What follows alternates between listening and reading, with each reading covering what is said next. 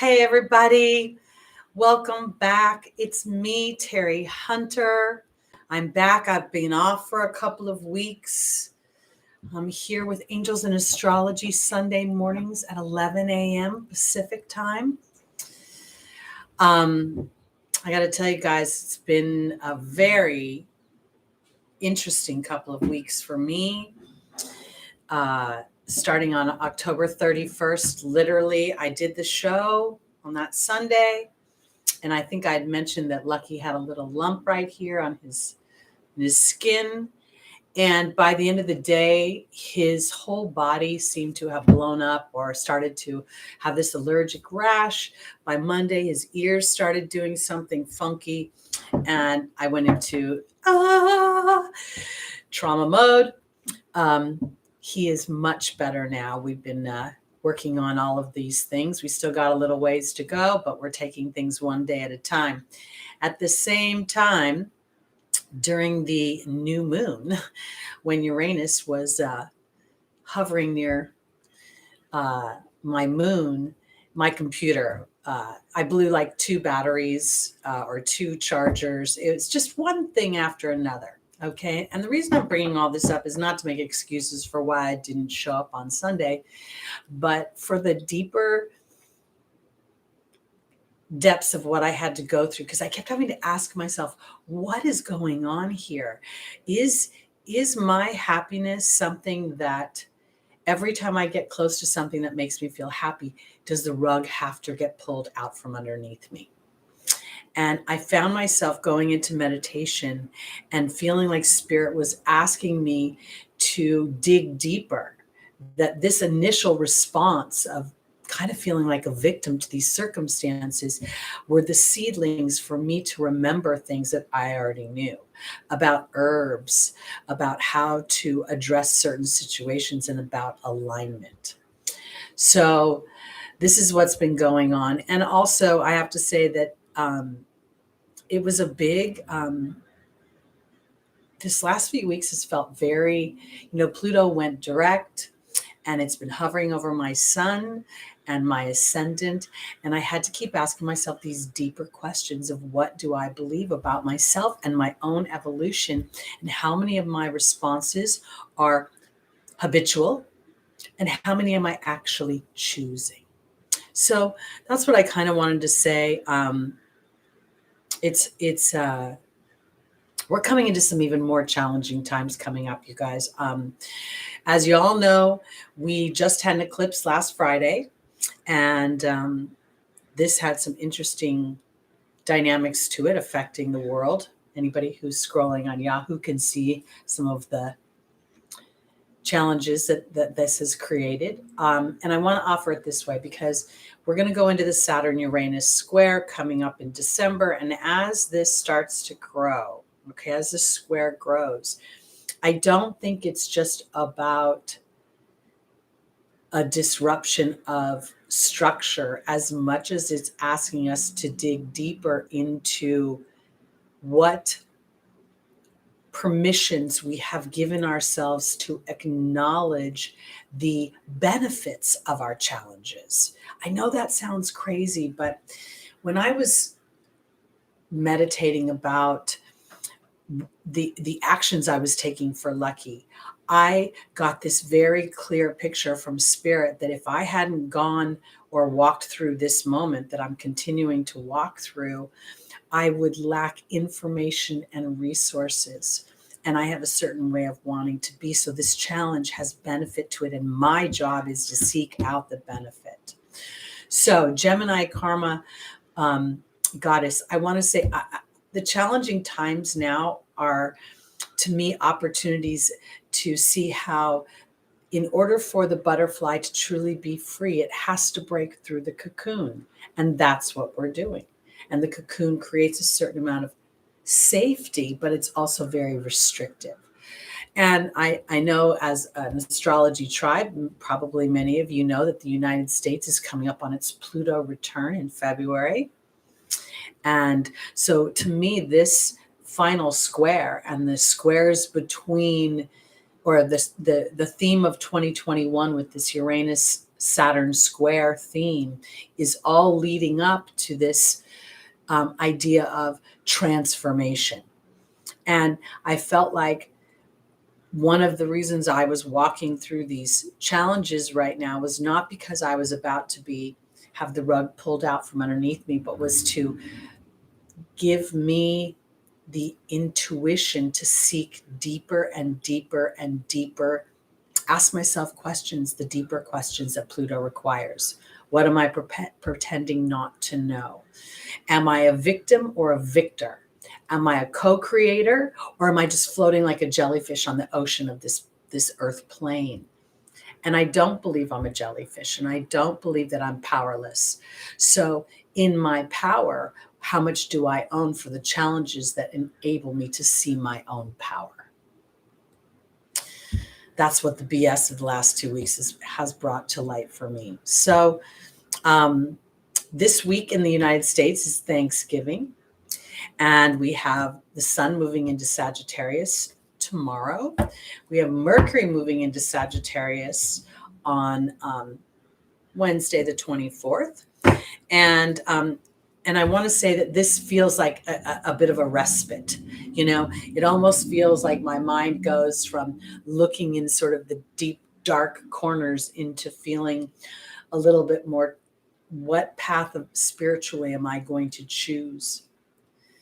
So, because I really overall am kind of tired of the old story, you know, because my power never comes from somebody else's reaction. It comes from my perception. Gemini karma goddess, I absolutely believe in all sorts of connections between the souls. Most people like to think of twin flames as something very romantic and dreamy, but it's a very challenging dynamic. And oftentimes it will bring up the illusions. What are the illusions?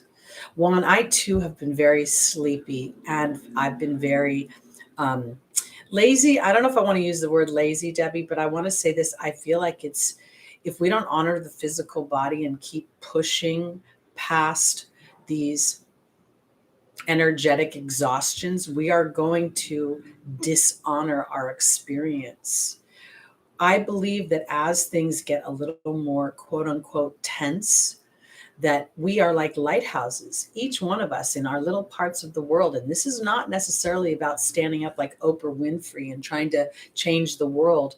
This is more about how do I want to allow for myself to evolve and then let that ripple effect out. Because I'm seeing this discontent happening like in the smallest of circles, then it goes rounder and rounder. And then it literally feels like it's hitting like almost like circling the earth. And I think ever since the time change to you guys, I've gone to bed at like 8 o'clock. I'm not even interested in watching TV. It's ridiculous. So I just want to say, you know, the idea of being gentle with yourself, allowing yourself to nap and feel sleepy, because, you know, when you get sleepy, it's the soul's way of lowering resistance that the mind, and think about Mercury and Mars running through Scorpio the last, few weeks. The mind is going to be running around in very dark corners. So that sleepiness could be an opportunity to like let the resistance down so that spirit has an opportunity for that illumination. When I've been walking through these, I literally was crying, okay, because I don't feel a lot of personal love in my life. I don't have family. My circle of life is very small. So Lucky and I are kind of a team. So the idea of losing him is very debilitating to me. So when I was walking through this dark night of the soul, when he started to have these eruptions, I was asking myself, what is a deeper truth here? And I was shuffling the Kyle Gray deck, okay?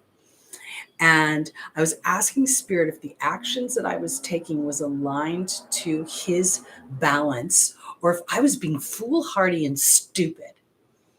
And Mother Earth and the Heart Guardian flew out of the deck, attached together, face up. And these two cards both represent love, and my initial reaction was sort of pissy and like, oh, love, blah, blah, blah. And then all of a sudden, like a tidal wave, it hit me. Mother Earth gives us all the herbs and everything we need to do to heal our bodies through nutrition, through a mindfulness of the vibration and the honoring of this sustenance. And then the heart guardian was not talking about love, was talking about trusting my own heart and the journey I've already been through. And then I started to think about how spirit has been inspiring me through certain actions. And I actually felt a sense of solace and comfort.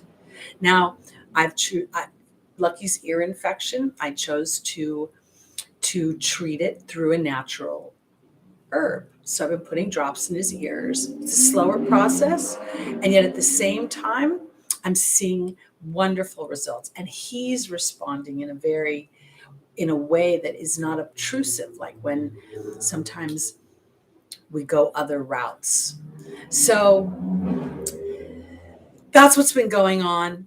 And I say all these things because I'm hoping that on some level, as we walk through the next few months, we go into 2022 and we start to see more liberation through disruption. We start to ask ourselves, am I a victim of this, or am I able to stand like an oak tree or a lighthouse and own who and what my vibration is? Because I know that during dark times, people thrive and live happiness. And I think this is how we as a tribe, as people who are looking at our lives through a spiritual lens, can actually thrive during these times versus being pulled away. Oh, I know. Small wildflowers. Yeah, I know. We both are. So we love our animals. And I know you've had your own challenges with yours. So anyway, all right, let's go on to our readings now.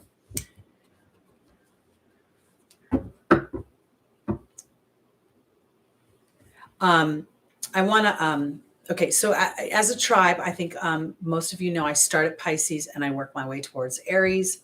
I do this because my Libra sun likes balance and nobody else does that. So I shouldn't say nobody, but nobody on this channel that I know of. So I'm going to start, and this is going to be for the week coming ahead. And here we go. Hi, Stephen. Hi, Debbie. Hi, Deborah. Hi, Sammer.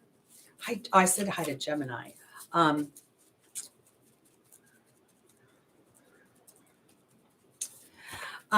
Gemini, I want to offer this because the loss of your husband in the physical has a beautiful opportunity to open up a conversation with him in the spiritual.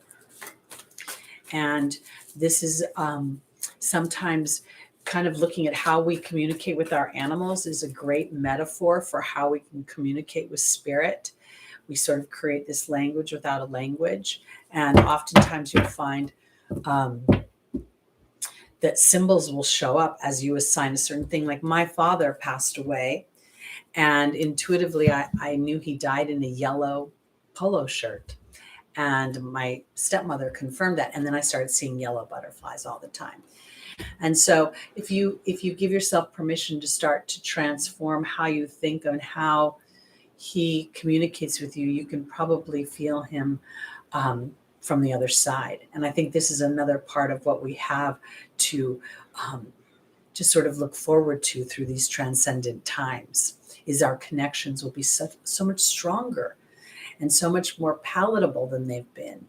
And as that provides a certain solace, we'll seek the wisdom in the challenge versus the tanking or the rug. All right, here I go, Juan. Aquarius. Pisces, rising, moon, sun, and stelliums. Stelliums. Goodness gracious. Our first angel is Ariel. The second is Seraphina. The third is Rosetta. And the final is Serena. Ariel talks about spiritual experiences, talks about how it opens you up to new ways of perceiving things. And it talks about prayer and meditation and study. But I also want to offer it this way for Pisces, because you're ruled by Neptune, and in ancient times you're ruled by Jupiter. And Jupiter's going to be heading back into Pisces any minute now. And I feel like this is really an opportunity for you to connect with your guides and really start to say to them, I would like you to give me signs and omens. And I'm not randomly asking you to send a butterfly across from me. I want, and then start to name and almost assign. When I was learning how to intuit from the other side, John Edward, the famous medium, said something that really resonated with me. And he said, I don't see your grandmother in the kitchen. I see a memory of my grandmother, which associates to your loved one on the other side. So start building that language. Start allowing yourself the privilege of saying to spirit, when I see this, or when I hear this, it makes me think of this. So if indeed this is a sign, bring it to me 3 times. Okay, that's Ariel in the foundational position for Pisces. And there is the novice, the unstable new beginning of this communication.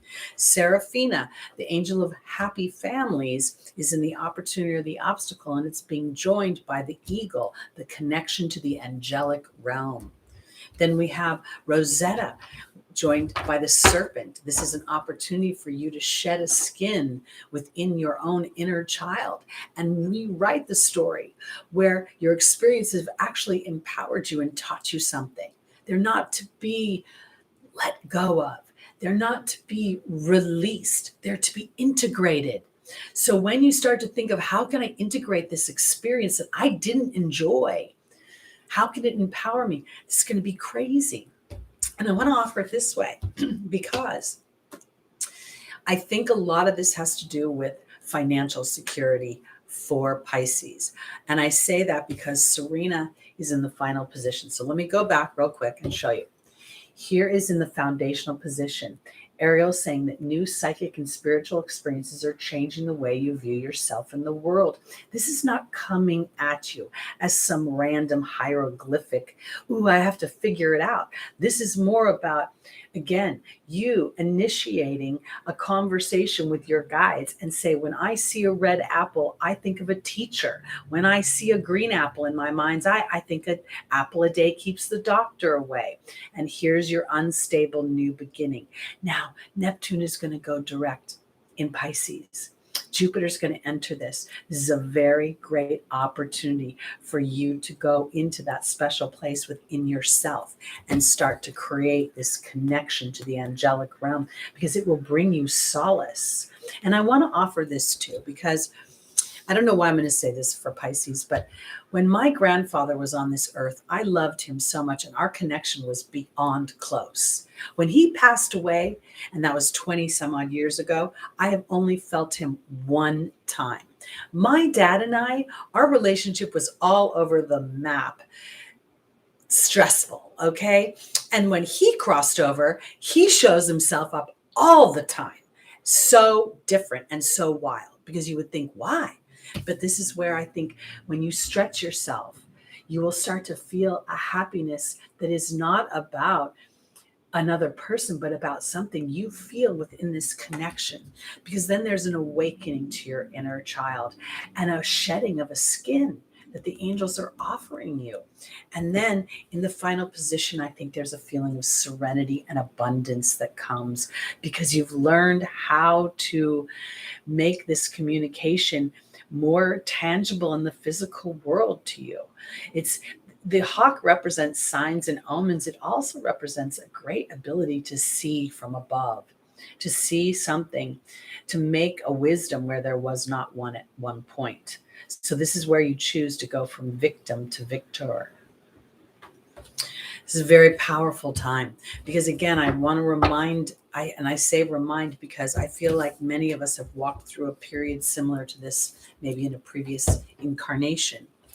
And oftentimes, I can't help but see this picture in my mind of the Civil War and people living happily, on certain farms and living their lives while war was happening, 100 miles away. And this is not, I don't want to discount the disruption, but it's also a way of bringing the balance, representing balance. All right, here we go. On to our Aquarius, rising moon, sun, and stellars.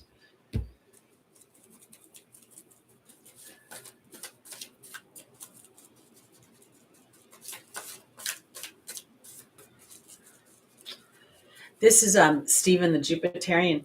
A lot of relationships, I know for me personally, while I don't have any planets in the fourth house of Cancer, I do have the opposition to my home. And it has brought up a lot of transformational energy for me, because there is a part of me that as I individualize myself from the DNA that I came from, I don't do it because I don't like those people. I do it because they won't let me be me.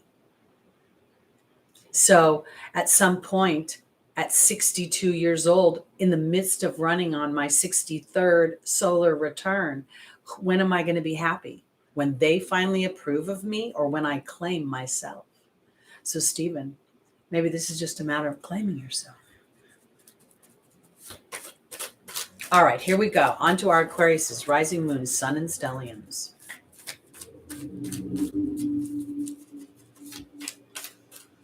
I can't wait till my new computer comes. I mean, I don't want the bill, but I'll tell you, I'm really excited about the potential of this looking better. All right, Aquarius. Our first angel is Archangel Michael. The second is Shanti, the angel of peace. The third is Seraphina. And the final is Omega.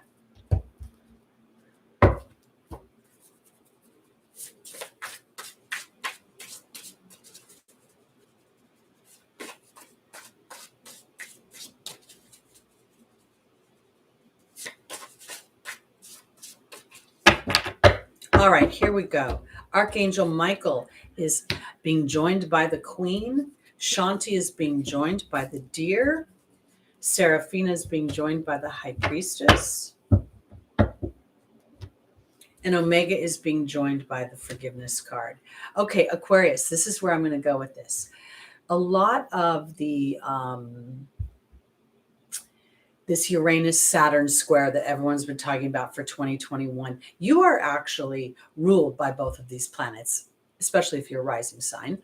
And I want to offer it this way, because I feel like when we talk about this, we talk about it, obviously a square is a tense conversation, but there must be some cooperation between these two energies.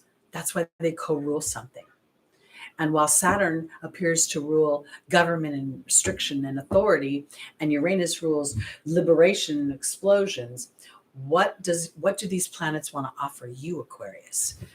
The courage to stop thinking that you're an alien, the courage to stop thinking that you're some sort of oddity on this planet because you rule space and innovation and new things and liberation, and start to receive the bounty and to have the courage to start to claim it.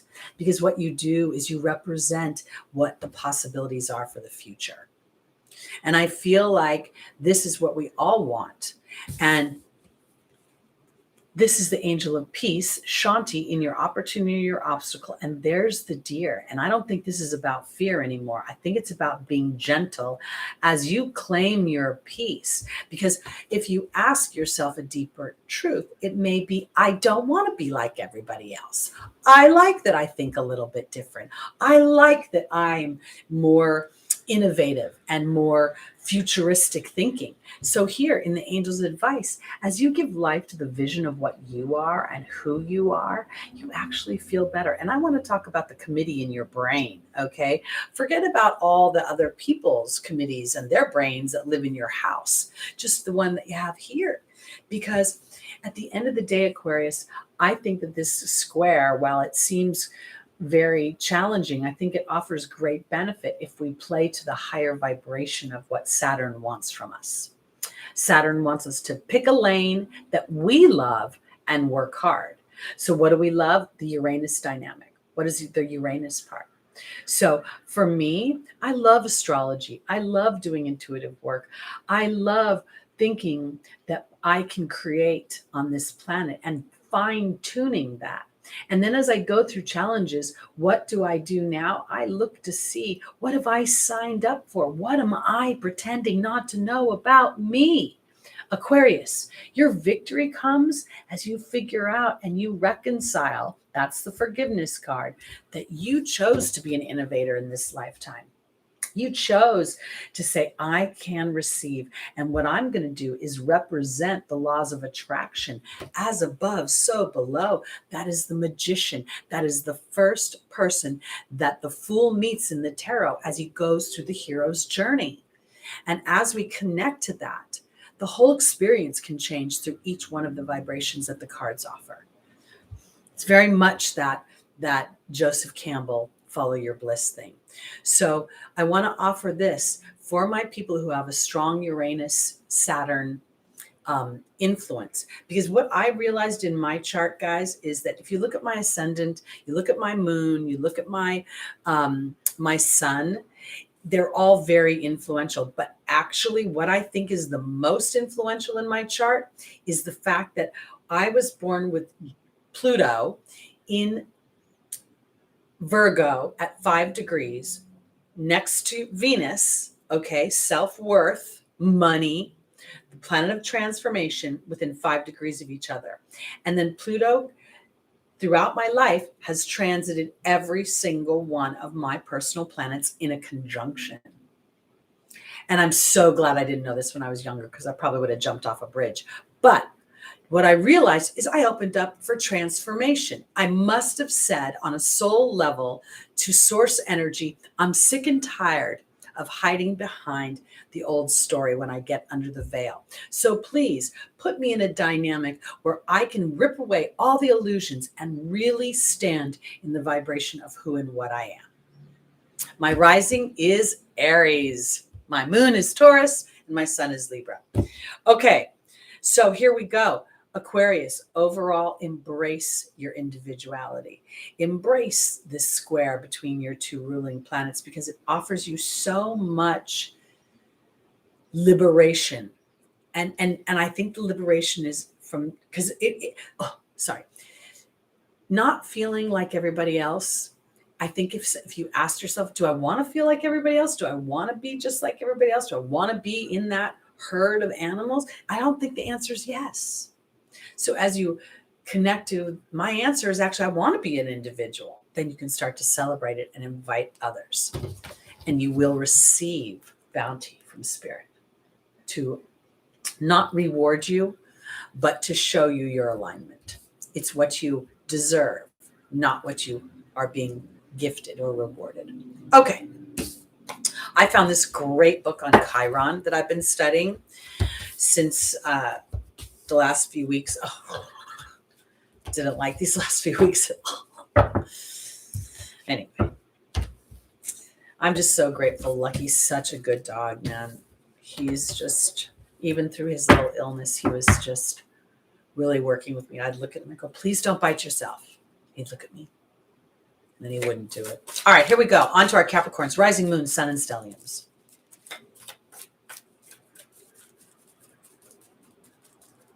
Oh, that's a neat dream, Deborah. I hope that is building the puzzle of our lives.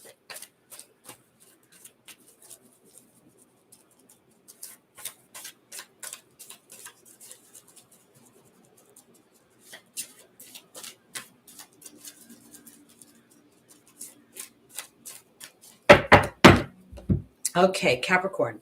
Our first angel is Mystique. The second is Shanti, the angel of peace. We have Rochelle in the angel's advice, and then we have Ariel.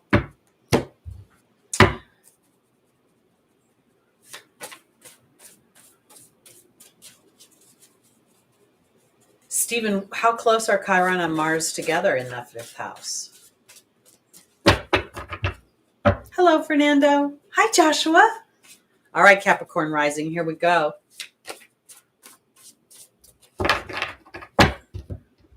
Mystique is being joined by the horse. Very interesting combination. Wow. Shanti is being joined by the hawk. Rochelle is being joined by the frog. And Ariel is being joined by the bear. Okay. So this is where I'm going. Thank you, Joshua. I missed you guys too, but I'm telling you, the poop hit the fan for me. And especially last week, I was afraid to even do the show because I thought my computer would just crash right in the middle of it. So, because it did that during a reading. Anyway, okay, Capricorn. This is kind of cool. And I want to say this way, because look at Mystique and the horse. Both of them are charging in some ways towards what they want. And I want to offer it this way because Mystique says to keep charging ahead, to expect miraculous solutions. And this is an opportunity for you to start to implement the new beliefs that you have experienced as you've walked through your ruling planet, having so many influential dynamics way back to 2019 and into 2020 when it was transiting, Saturn was transiting through Capricorn, because I feel like you're going through a situation where you're starting to solidify the idea that the rules that you like to follow no longer have to be the rules of somebody else, but rather my rules and what I want for myself. Because in the opportunity, the obstacle is Shanti, the angel of peace, and there's the hawk. The shadow side of Capricorn is the dutiful behavior that you don't enjoy, doing things because they're expected of you, and being responsible to the human story. Okay, because this human story is, for me to win, you have to lose. And this square between Uranus and Saturn is really trying to create a win-win. That's what I think, because it's in the house of money, Taurus, Uranus, and the house of humanity and hopes and dreams. So as you continue to walk towards what it is you want. And I also want to say this about the horse here, because I see this little purple hue at the bottom of the feet here, and a horse doesn't follow fear. So here we're talking about a prey animal that trusts its instincts, right? So keep trusting your instincts, and almost a little bit about having to be a consciousness between the habits you have of doing what you're expected to do and what you've been told to do and what you've been taught to do versus what really is authentic to you, because there will be peace coming to you, and you'll be able to see from a larger perception that the truth of the matter is, for all of us, in order to release the old story, we must follow our heart. And it's never, the thing about the heart is, the heart has an initial, I want this. But if we take a minute, that I want this is usually somehow built on, will you agree with me? Or will you validate me? And I think that's where the deeper thing comes in, because now it's not about them validating you. It's about you validating you. Because as you connect deeper and deeper, and you continue to charge ahead in your spiritual journey of, why did I choose to be a Capricorn rising? Because I knew that Capricorn was going to reward me for my hard work. I knew that Capricorn was going to end up being the structure that I would actually build my new house on, not the old house. I have Saturn in a trine, 2 trines. It's in my 10th house of Capricorn, which somebody will say, oh, well, Saturn in Capricorn is good, likes being there. Well, that may be, but it also feels like I've had to be forever old to get what I want. I'm 62 years old now. I'll be 63 next October. But, now is a time, if I'm truly going to buy into the idea that Saturn rewards me as I age and I become more conscious, then when do I, as a human, start to align to that very idea? It's now is my reward time. And any disruption that comes through anything that's breaking up the peace is there to remind me and hone my skills to stay aligned, because then that's how we share our gift with others. Okay, here we go. On to our Sagittarius' rising moon, sun, and stelliums.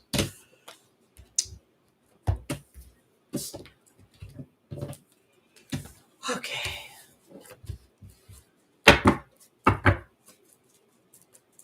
I also loved mythology. I've always loved mythology, and I love watching Ancient Aliens and the History Channel, because they talk a lot about mythology and about the various, Poseidon AKA Neptune. And it's such an interesting, I was watching something on the Milky Way from Nova, and they were talking about how Mercury is like so much metal on the inside of the planet versus the other planets. And I thought, isn't that interesting?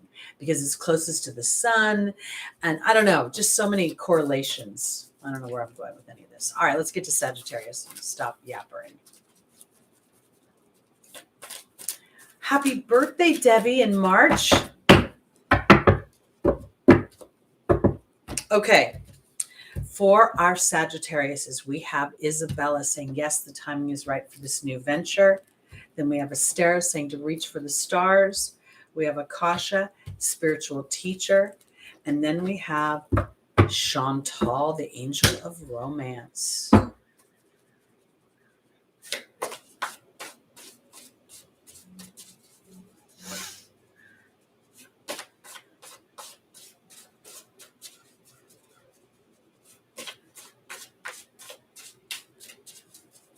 You know, the nodes are going to change soon. And they've been transiting, the South Node's been transiting Sagittarius. And I want to offer it this way because oftentimes the South Node is referred to as being egoless. You know, it's the excretion point. It's where, you know, we things fall off. You know, it's almost like this, it's like a hole in the bottom of your cup. But I want to offer it this way because to me, I think the egolessness is not about me not having an ego. It's me not having an ego in relation to your opinion of what I'm doing.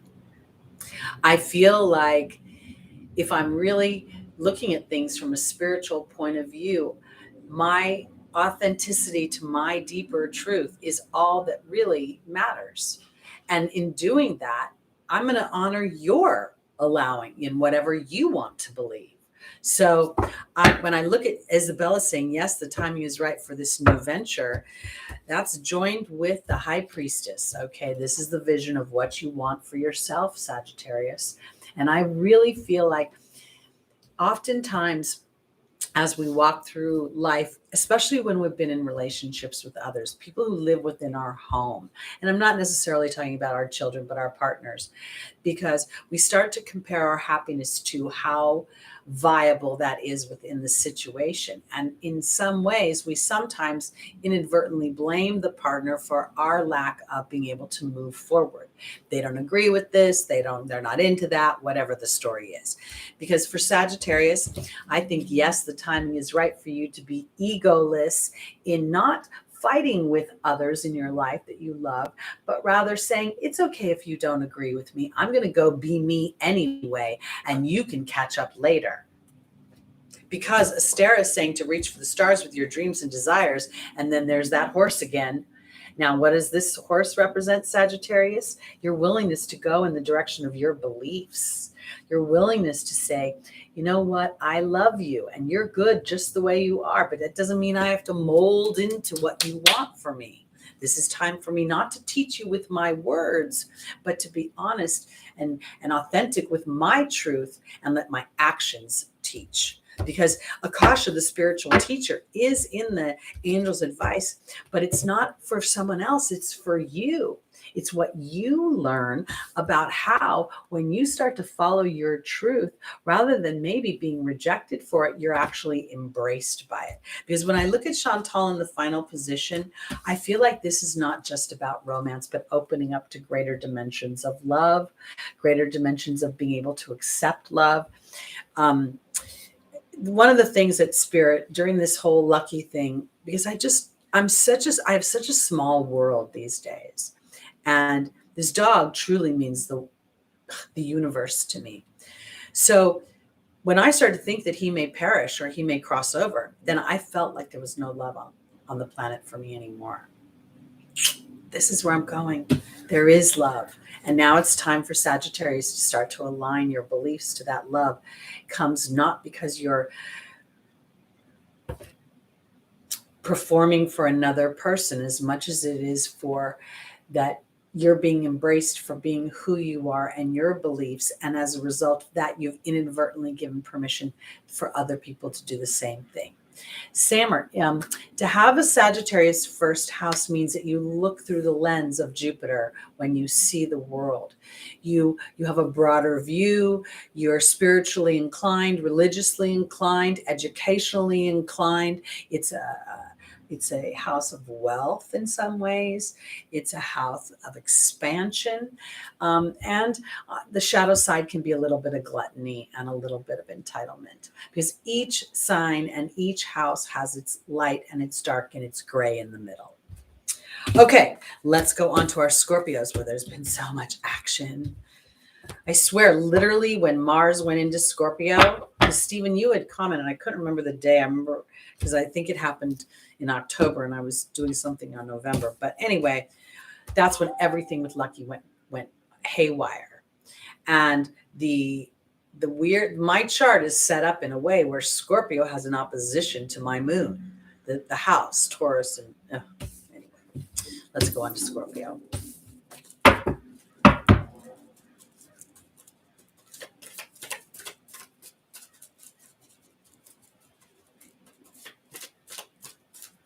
I've had a lot of anxiety myself up and down, not just about Lucky, but I think that has something to do with world changes as well.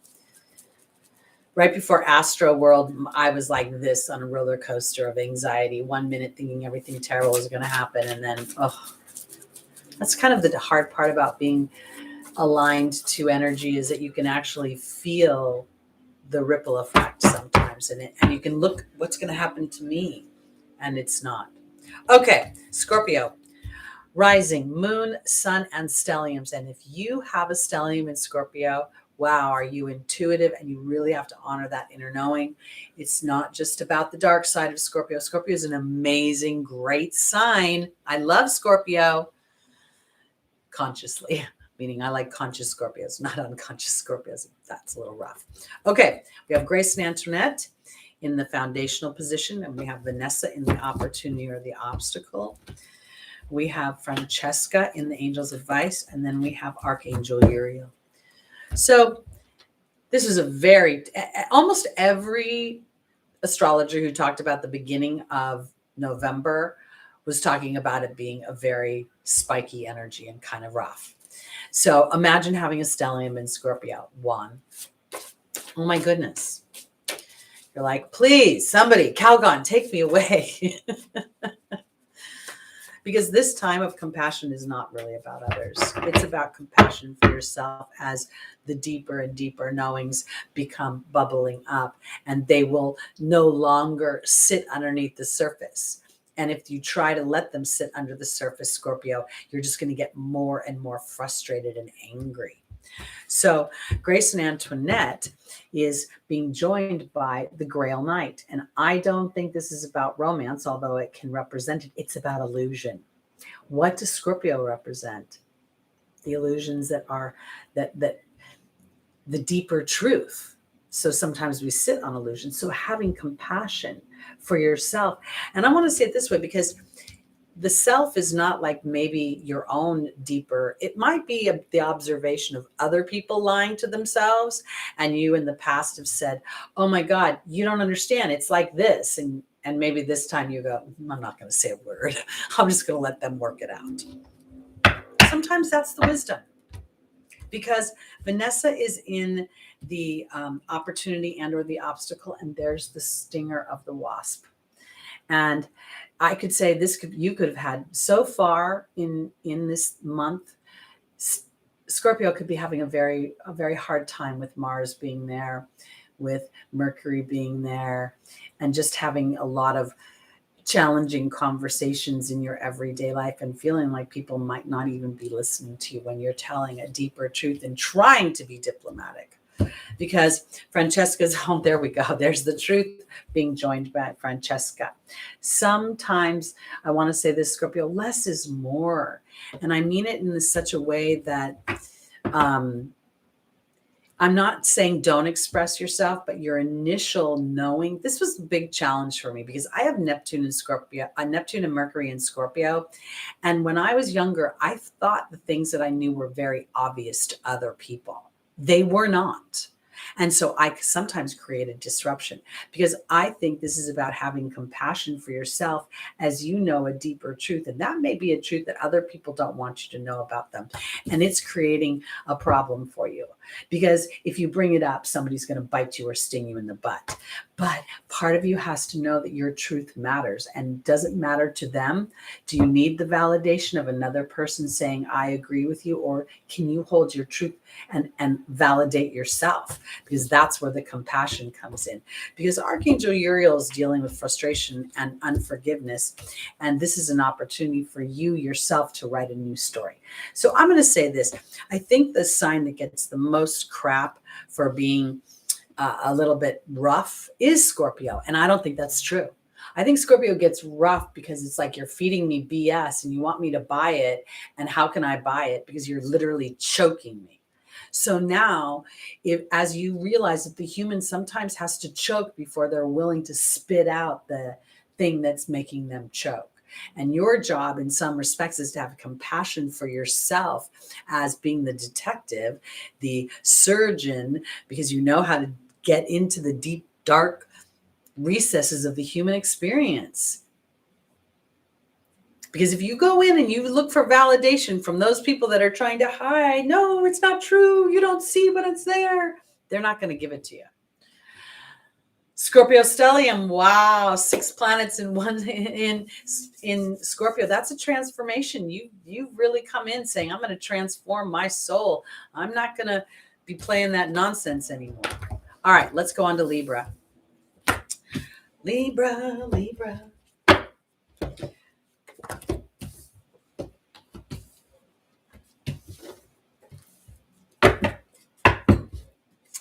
I would think, Rosie Jane, having Mercury and Uranus conjunct could make you a very liberating speaker and thinker and teacher. Could make you sort of a freedom fighter. A lot of freedom fighting going on right now. And I think the key is not to fight. The key is to own it.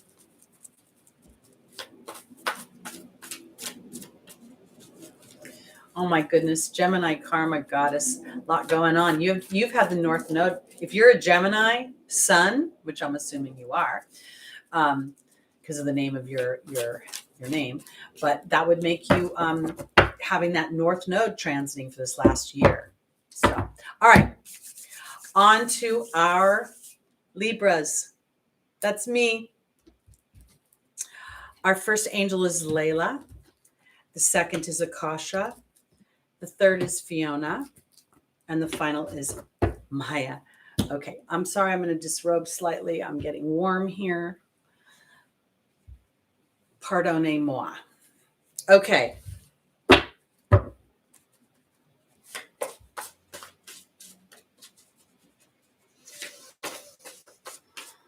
I have Aries South Node, including on top of my Aries rising.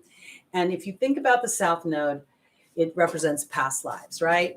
Mine is in Placidus, it's in the 12th house. So there's been a little bit of a resentment that I can have about feeling like people don't see me, people don't acknowledge me. And I say this because I'm a Libra sun. When I look at this right now, before I do the other deck, I feel like Spirit is saying for Libra, rising, moon, sun, and stelliums, it's a little bit of a time to start to own who you are in a way that starts to seek out the wisdom of your challenges. What are you actually gaining? Because it's way more than you may be potentially losing. So Layla is here, being joined by the hawk. Akasha's here, being joined by the risk card. Fiona's here with the truth card, and Maya is here with the trust card. This is so, okay, straight up for me. LF, I love that 111 because here is the hawk and it's an 11. Layla talks about spending time in nature, asking Spirit to give you the perception and the perspective that you know you need in order to manifest what you want to create. And your job here is to rise above a situation and kind of go past that feeling of being like, I don't have any choices. I have to cooperate. I have to be, harmonious in the situation, because sometimes harmony is not about fighting with somebody or acquiescing your power to them, but by keeping your intention in a place that serves you. And that's what I think Spirit's wanting. Because for me, I kept praying this last 2 weeks, keep me aligned to my deeper truth of what I know about myself. I don't want to fall into fear. And to be frank, it feels like ever since COVID started, the amount of drug commercials on TV has actually gone up, like doubled to me. It feels like everything's about getting vaccinated now. Everything's about blah, blah, blah now. And this is where I feel like I have to risk a bigger knowing of trusting what I have learned about what God put on this planet that supports me. That's my personal. But for Libra in general, this is about digging deeper, because Akasha is teaching you to risk what you know on an intuitive level. Because here you've asked God and the angels for the truth of your heart. And now that you've asked God and the angels, you have to hold space for that truth.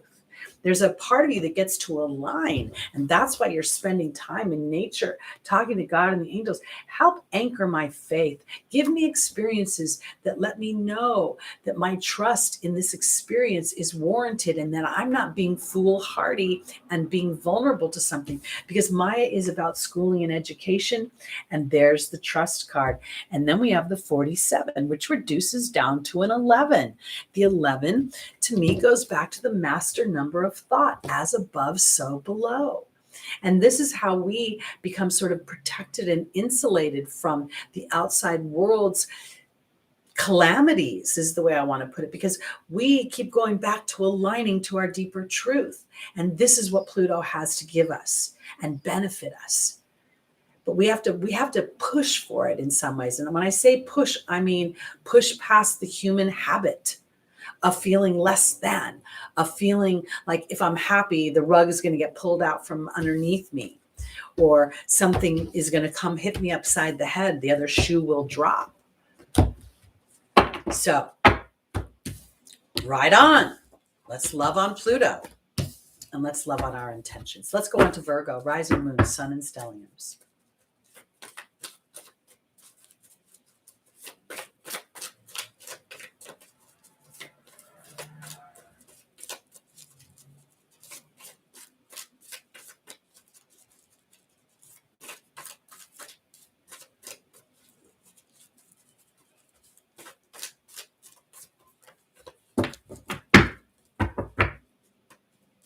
Okay. Our first angel for our Virgos is Omega, the angel of victory. The second is Shanti, the angel of peace. The third is Merlina. And the final is Seraphina.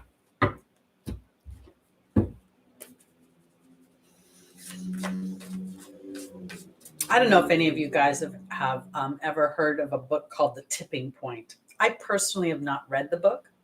But as I'm looking at this spread for Virgo, I almost feel as if these coming transits, while they appear to be super challenging, and I'm talking super, super challenging, I feel like as a collection of energetic thought, as we start to align to this idea of what is the message underneath the minutia, what is the gift behind the gross crap, what is, as we continue to do this, I think we can actually shift things into a tipping point energetically that starts to make this more like a roller coaster ride that's fun versus something that makes us feel sick to our stomach. Because Omega is here being joined by the perception card. Omega represents victory over your perception. The shadow side of Virgo is to be critical, not just of other people, but of yourself. I should be perfect. I didn't work hard enough. I'm sick. I need to go to work. I can't take care of myself. And what else does Virgo represent? Enslavement. So this is an opportunity to no longer feel enslaved to something, but to actually feel a sense of peace, because here's the timing is right for you to start to feel peace, to start to transform the virgin from having to be perfect to being an innocent energy that is now starting to explore this experience. I really think that Virgo is about, in some ways, a new beginning. If you think about the tarot deck, if you studied it, when you study the major or the minor arcana, they break up those first 10 cards into 2 chapters. 1 through 5 is one chapter, and then the 6th card represents a new beginning. 6th house, new version of what do I want to work hard at that's for me. Because I think that this is really an opportunity to go past this, the earth signs, again, they have this little shadow side of sort of feeling like if I don't work hard, I won't be happy, I won't be rewarded, I won't be secure. And there's the cat. It represents healthy boundaries and independence, but 9 lives. And I think that it's time for Virgo, especially Virgo stellium, to start to feel peace on their path. Because look at the raven. While it represents magic and synchronistic events, there's a certain amount of, I've been to the underworld and I'm back.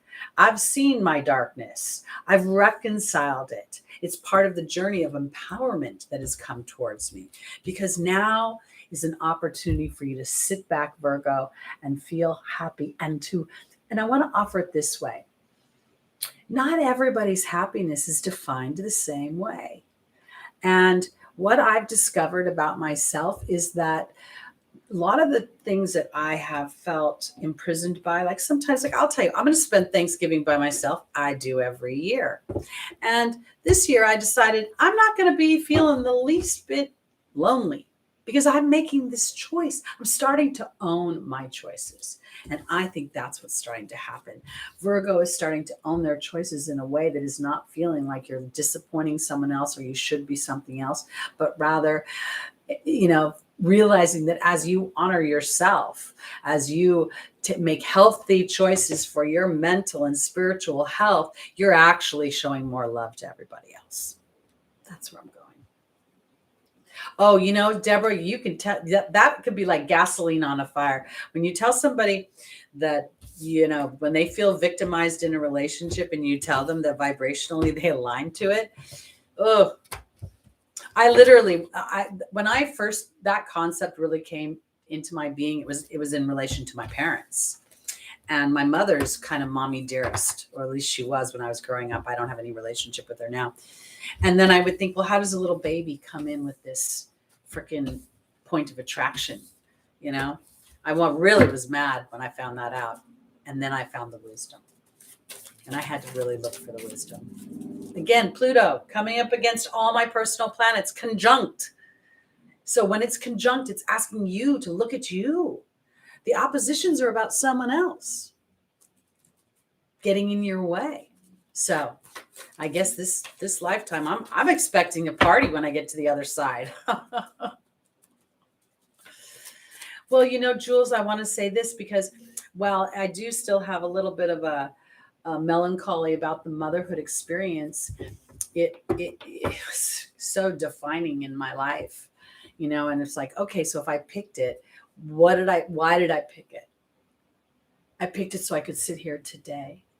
I picked it because if I didn't have some of these unfortunate experiences, where would my relatability be? And how would you know that I spoke a truth unless you heard it through my challenges? And that's what I think the wisdom is, and what we're continuing to have to seek. All right, here we go. On to our Leos, rising, moon, sun, and stelliums. Leo, our first angel is Archangel Michael. The second is Shanti. Look at all this peace coming up. The third is Rochelle. And the final is Daniel. As a Leo, we say rising, moon, sun, and stelliums. But one of the challenges that Leo has, because it represents the heart, is also being vulnerable to your heart. Being vulnerable to there's a little part of Leo that represents actors and your own personal creation. And in order for you to feel You need an audience. Leo needs a little bit of an audience because, how do you, it's just sort of how it plays out. And I want to say it not in a negative way.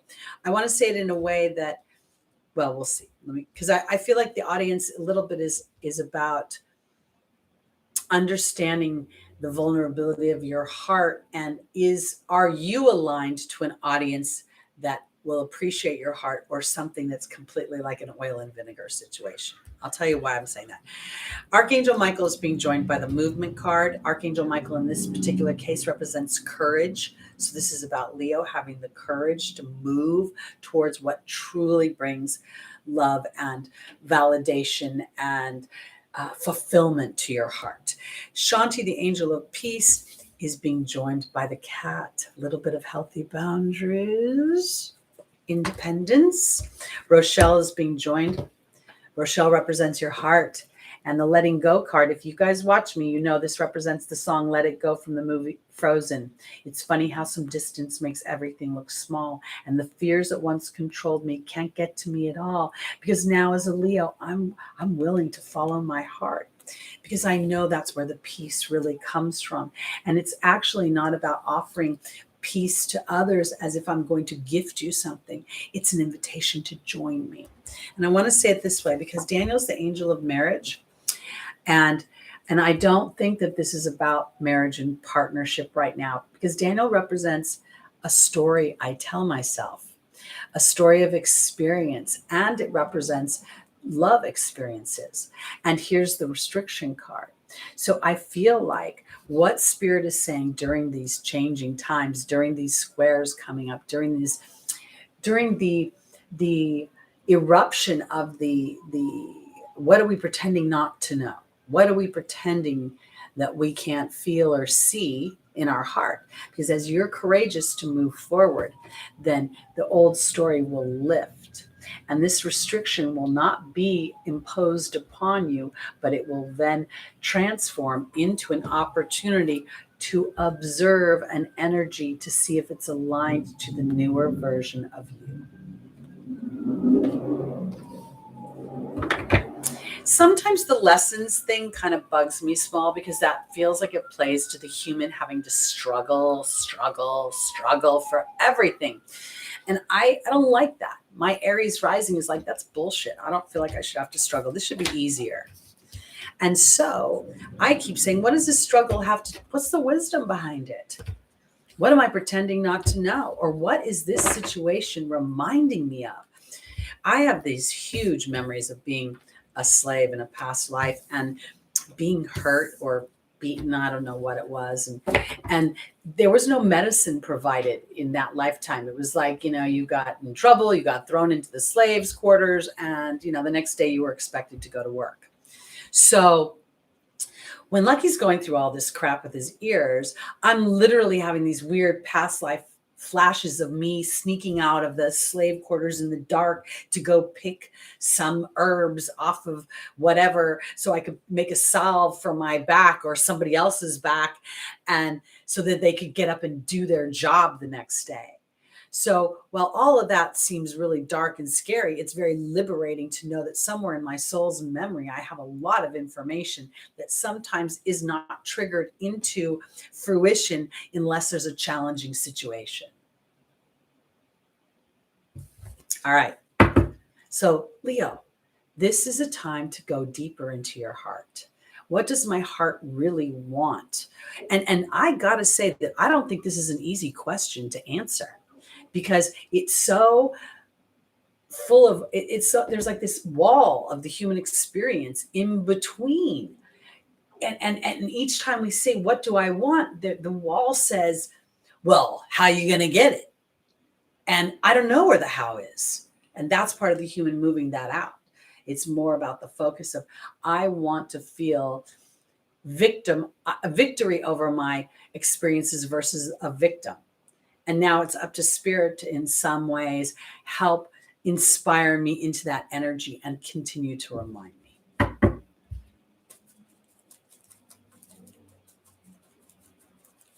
Yes, you're right, Joshua. It's not a worded answer. It is a feeling. And if we think about it in some ways, when we try to put those, what do I really want in words, we kind of dumb it down a little bit, because even as we speak, there are technologies that are being created right now that could fulfill a lot of what makes us happy, but we don't even know it because it's not in our realm right now. So, all right. On to, where am I now? Am I on Cancer? I'm on Cancer. All right, here we go. Cancer, rising, moon, sun, and stelliums.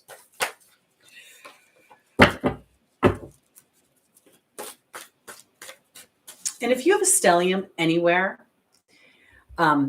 look at the aspects it's making, because, we talk about 4 planets in one sign or house, and you could have a planet at 0 degrees or 1 degree and then one at 28 degrees. And while they're having a loose conversation, I'd be interested to see the aspects they're making in the rest of your chart, because so much of the transits that are going on may not, except for Pluto, look like it's hitting me. And at the same time, oh my gosh, it's triggering this trine, which is triggering that. Bam, bam, bam. And I feel like there's a pinball wizard going on in my freaking natal chart right now.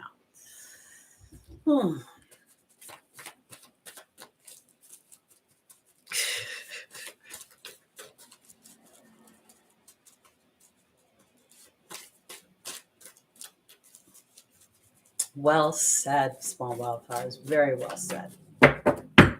All right, here we go. Cancer. Our first angel is Serena. The second is Bethany. The third is Ariel.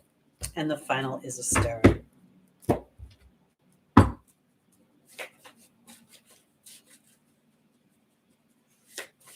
I really think that the lessons are actually memories of balance. I don't think that feels so punishing to say lessons has such a arduous energy. And that's why I kind of want to say the remembering. Okay, here we go.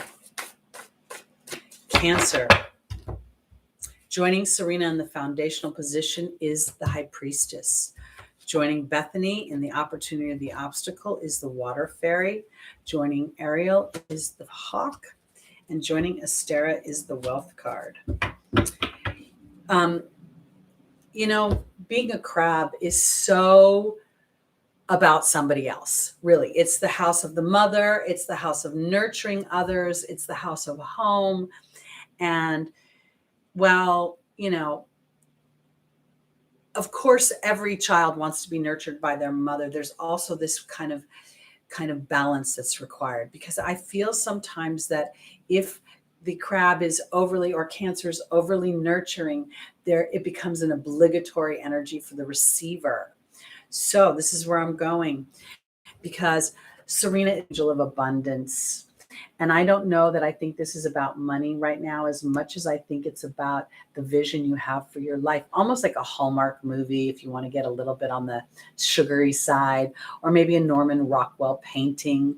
And these last couple of years, and having the opposition of Pluto going through your house of home has just been very challenging. I'm not going to say it hasn't, but I feel like you tend to worry, and worry's not serving you. It's a form of prayer that's putting your attention and intention in the very experience you don't want. So Serena is asking you to relax a little bit and start to actually, and Joshua said it great, focus on the emotional dynamic of what it feels like when you're sitting in balance. The idea of the laughter and the fun, because I think it's super important to take care of your emotional body right now. And I think it's something you very easily put aside. I've got things to do. I don't have time to take care of me. But that's foolhardy in some ways. Taking care of you is taking care of others, because you're actually teaching them how important it is to take care of ourselves, because Spirit is asking you to look above a situation. And the situation may be too much mercurial crap running around in the everyday life. Here, let me get you your soccer balls and your fruit snacks and blah, blah, blah, blah, blah. But maybe your child, your daughter, being the mother of a daughter, and you taking time to paint or to run or to do something for you, teaches that child the the benefit of that. If you're a father, same thing. And again, it's all about balance, because this is the hawk always will represent not just signs and omens, but to pay attention to my thought process, because that thought process is actually as above, so below. The universe is kind of like a computer. It really doesn't judge whether you're happy or not. It just takes the input in and then gives it back out. Because as you start to connect with serenity, this is the key. There cannot be worry attached to this. There cannot be push on it. Because as you align to it, harmonious wealth comes. And as Tara says, to keep reaching for the stars with your dreams and your desires. And that connectedness that you want is really, sometimes if we don't take the time to see ourselves, how do we allow others to see us? And that could be a little bit about what happens with Cancer. Let me feed you. Let me tuck you into bed. Let me bathe you. And so the child will naturally think that that's all the mother does or all the father does. So serenity and peace of mind during these times, every once in a while, is like going in and Calgon, take me away. All right, let's go on to Gemini, rising moon, sun, and stelliums.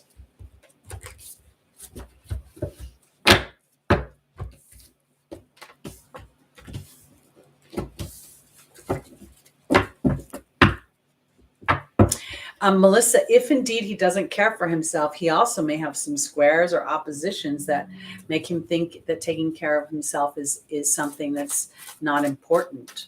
And it's kind of like the temple, you know, it's the epicenter from which all things start.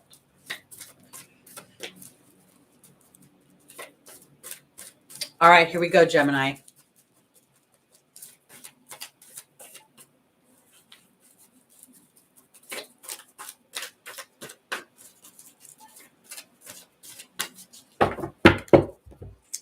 Our first angel is Archangel Raphael. The second is Oceana. The third is Archangel Michael. And the final is Rosetta.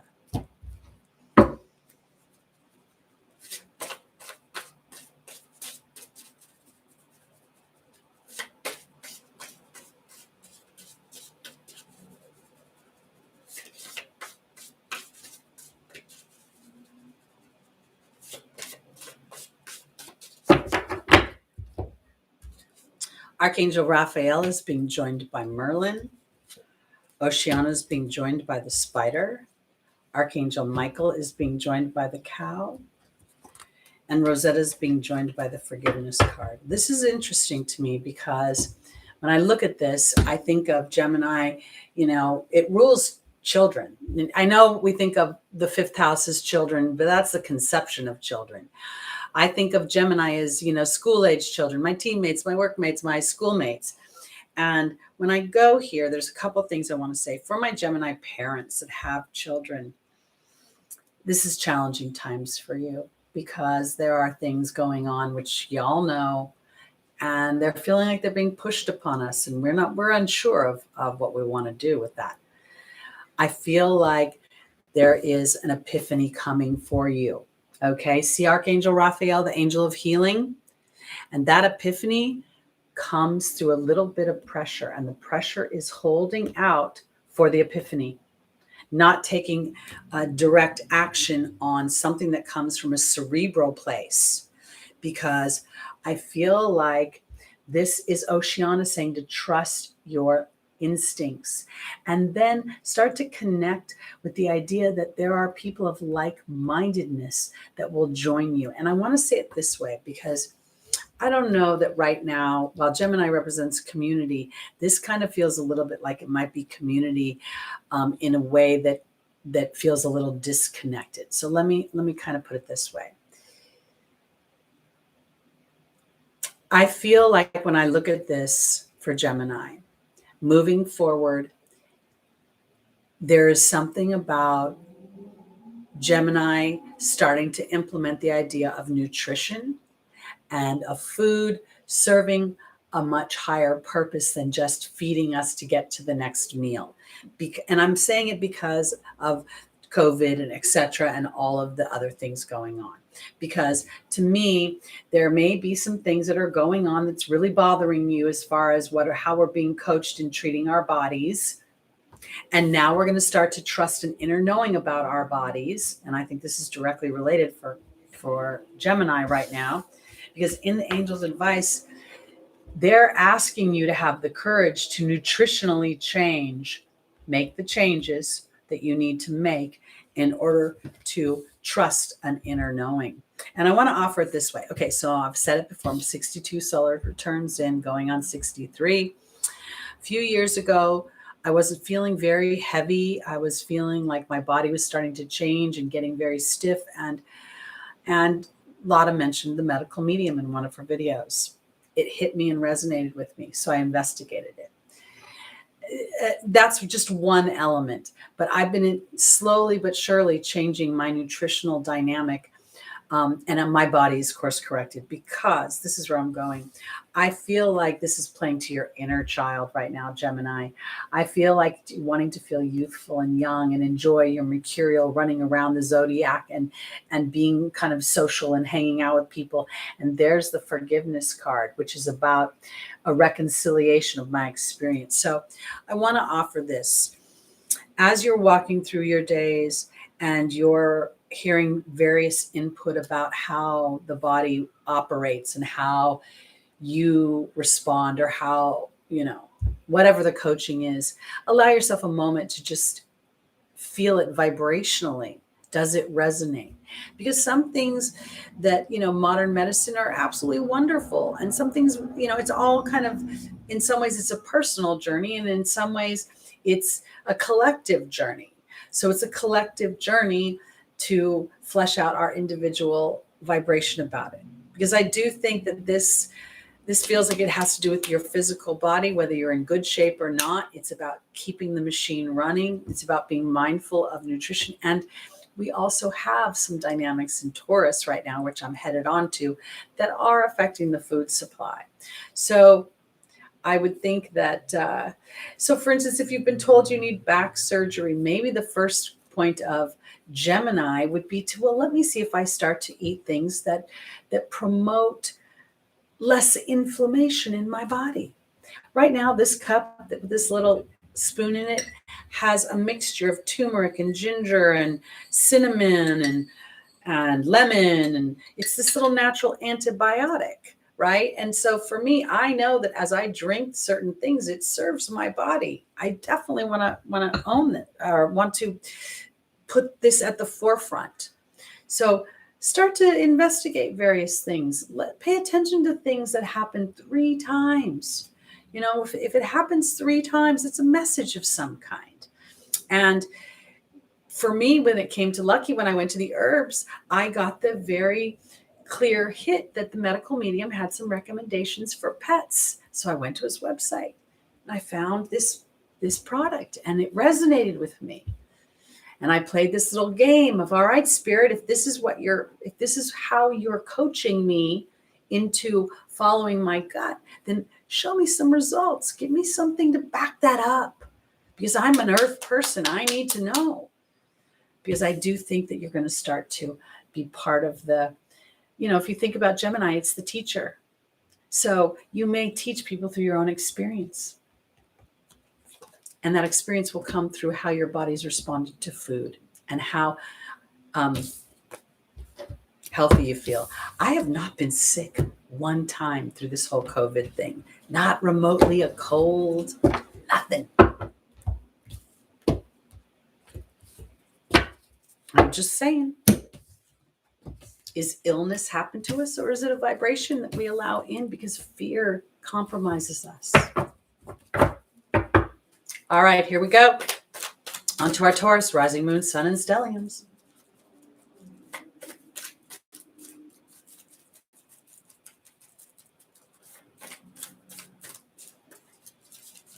Reduce that inflammation in your body before you do anything to your back, I'll tell you. It's amazing. My grandmother had rheumatoid arthritis, according to the doctors, but she drank like a fish. And I'm pretty sure that the alcohol contributed to, and her unhappiness contributed to the tightening of her bones and her muscles. So, you know, I'm part of her DNA. Is this going to happen to me? And there was a stiffening of things. Then I realized for 30 years I drank wine and ate cheese and salami. I stopped drinking wine and cheese and salami, and my body's course correcting at 62 years old. It will. All right, Taurus. Rising, moon, sun, and stelliums. Our first angel is Caressa. The second is Astera. The third is Xana. And the final is Ariel. So as I see this, all of a sudden in my mind's eye, I see Venus in Capricorn. It's going to be in Capricorn until March. She's going to go retrograde up there. And this is a trine. This is a trine to Taurus. So this is an opportunity to use this energy to really get some solid stuff going on for you, because you like your money and you like to know where your money's coming from, right? You also like to know where your food is coming from.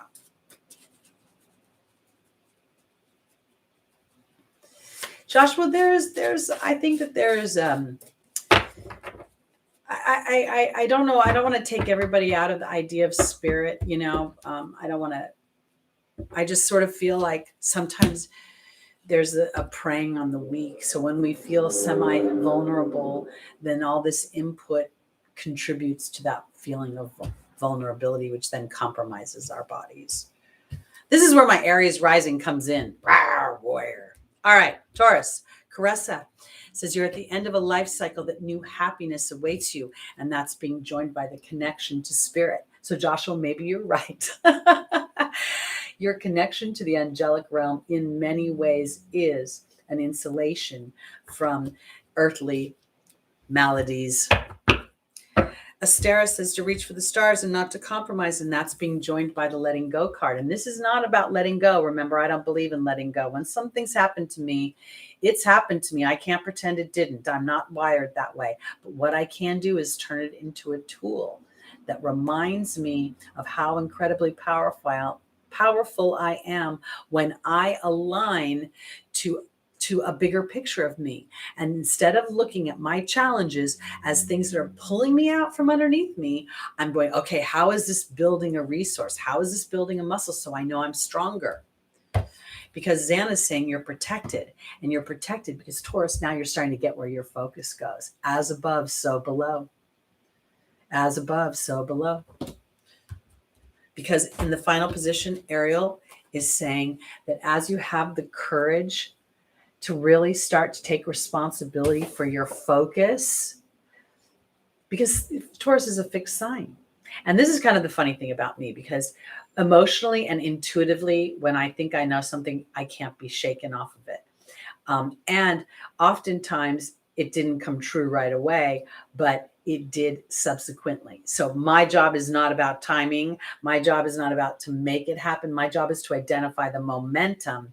Your job is to create it. And that's what, Taurus, you're starting to get it. You're starting to feel like it's not about pulling me under. It's about an alignment of my head and my heart, meaning my emotions, and holding my sword of truth ever so gently while I walk through this human experience, going back and forth, back and forth. And I say that because the human experience is going to tell me one thing. When I knock on this table, it feels solid. Science will tell you it's just a bunch of dense molecules, but it doesn't feel dense when you're knocking on it or when it hits you inside the head. So Taurus, have the bravery to really connect and ask your guides and your angels to give you evidence on this planet that you're aligned to what you want and your deeper truth, and then be willing to allow for the closing of a chapter that doesn't serve you anymore. And I want to offer that because this is not about extermination of other human beings in your life. It's about the deeper. Because I think sometimes when we think somebody's making us unhappy, I don't know if it's always them making us unhappy or if it's our version of ourselves in reflection to what we think they accept of us that makes us unhappy. And we just have to be brave enough to be who we are. Ever notice that couples that are the most happy are like have no real qualms about being who they are? They poop with the bathroom door open, or they laugh super loud. They're just really authentic. Okay, here we go. Venus in Taurus, Gemini, karmic goddess. That you have the planet inside the house, not the house inside the planet. All right, here we go. On to our final sign, Aries, rising moon, sun, and stelliums. God bless us all. I still have I don't know how this is going to happen because Pluto has been sitting on my ascendant and my sun forever, 24 degrees. And I don't know how Pluto is going to end up at 27 degrees by February, but apparently it's just going to motor on through the signs. So, all right, here we go. Aries, our first angel is Shanti, the angel of peace. There's Layla in the opportunity or the obstacle. There's Mystique in the angel's advice. And there is Grace and Antoinette in the final position. So here, I'm going to start a little story. So I've told you guys before that I studied past lives with Brian Coulter. And I have the Aries Libra access. North node in Libra, Aries South node. And, normally people go to the whole angry, resentful, blah, blah, blah. You were, in a partnership. I have to tell you, I think it's about diplomacy. I think it's about being able to honor my truth, Aries, without lobbing off somebody's head, Aries, without pushing past them aggressively, Aries, and using my Libra diplomacy to be able to effectively and constructively communicate. So this is where I'm going, because Shanti for Aries is giving you an opportunity to come to peace with your history, to start telling it from a new place and start to celebrate that history as a device, as a tool that Spirit used to empower you, not to pull you under. And when you have the bravery not to get pissed off about something, but see, okay, what does this have to teach me? Or what does this have to remind me of what I already know about myself? That I'm actually the harborer of peace. I think of Aries as like a Knights Templar. I really do. That spiritual warrior. And at some point, if we're not careful, we can get muddied into the idea of the warrior holding space for too narrow of a definition. That's why I feel like Spirit is offering you peace through the various history that you've experienced. Now, Layla is being joined by the restriction card. And I feel like this is a pause. And Spirit's saying, take a minute, Aries. What is your true intention? Because I don't think it's about giving up the courage, the pioneering spirit, the truth seeker, all those higher vibrations of Aries, willing to sort of go in alone. I always say that, I don't like to fight with my fists because I don't like pain. But having that Neptune, Mercury conjunction in Scorpio, I can fight pretty good with my words. So I'm a good person to have in your arsenal if you need somebody to support you in that warrior energy. But I also know that if I become like freaking Mel Gibson in The Patriot and just become this kind of crazy militia person, I'm not really being constructive. That's where I'm going. Because Spirit wants you to sort of calm down, Aries. Your intention is great, but how you go about it is even more important, because people won't see your intentions. They'll see how you implement it. So here we go. This is about an opportunity for Aries to set a new foundation and to continue to focus ahead on what it is that you want. So let me offer it this way. Aries is ruled by Mars, and Mars is going into Sagittarius soon. So this really is an opportunity to demonstrate your beliefs versus pushing them onto somebody else. Being that, Gandhi, be the change. Because here is an opportunity for you to really, truly transform into a powerful spiritual warrior. And it isn't through lobbing off anybody's head. It's through the compassion of knowing about that dense, murky fog that the human experience can create. And as I have peace and as I am the arbiter of harmony, while we unravel the history that we have created as a human race, then we will find that compassion might trump love. And it might trump love because it doesn't ask us any longer to align to a certain dynamic, but rather understanding the roller coaster of being a human.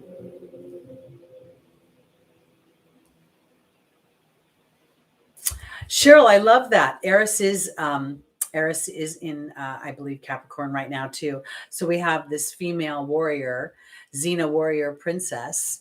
And on a lower side, it's all about chaos and debacle, blah, blah, blah. But I also feel like this is a time of bringing forces together and creating a wisdom through the duplicity. That's the way I want to put it. So overall, for Aries, I think that this is an opportunity to come to peace with your history. And that's something I've been praying for. To understand that if I feel any sort of restriction, it's to help me realign to the deeper truth of my intention, because I want that intention no longer to be conceptual. I want it to be solid in the 3D world, and I want to live it now. I don't want to just talk about it. And as I go through this transformation, and the world I live in, and the country I live in, and the environment I live in is also going through that transformation, my job is not only to have compassion for myself, but to have compassion for others, as well as healthy boundaries. Because I will say this, as an Aries, I will not enable others to stay in a lower energy. I'll just remove myself from it because I don't want to be there. All right, that's it. Everybody have a happy Thanksgiving, and thank you for joining me again. It makes me nervous when I don't show up for a couple of weeks, but if that happens, something cuckoo happened, and I'll be back because I'm not going anywhere. And I wasn't going to say anything, but I think Lada and I might have a little surprise for you coming up in December. So, all right, guys, sending love to you. Peace out from this girl. Ciao. See you next week, 11 a.m. Pacific time.